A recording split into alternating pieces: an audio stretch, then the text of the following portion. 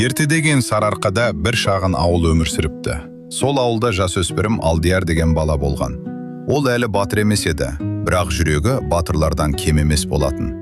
Бір жазда ауыл құдығы тартылып қалып, жер кеуіп, мал шөлдей бастады.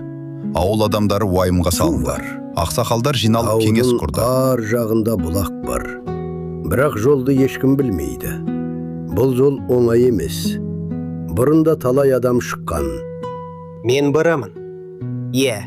Мен жаспын. Бірақ шөлдеген мал жас па? Жылаған бала жас па? Сол түні Алдияр түс көрді.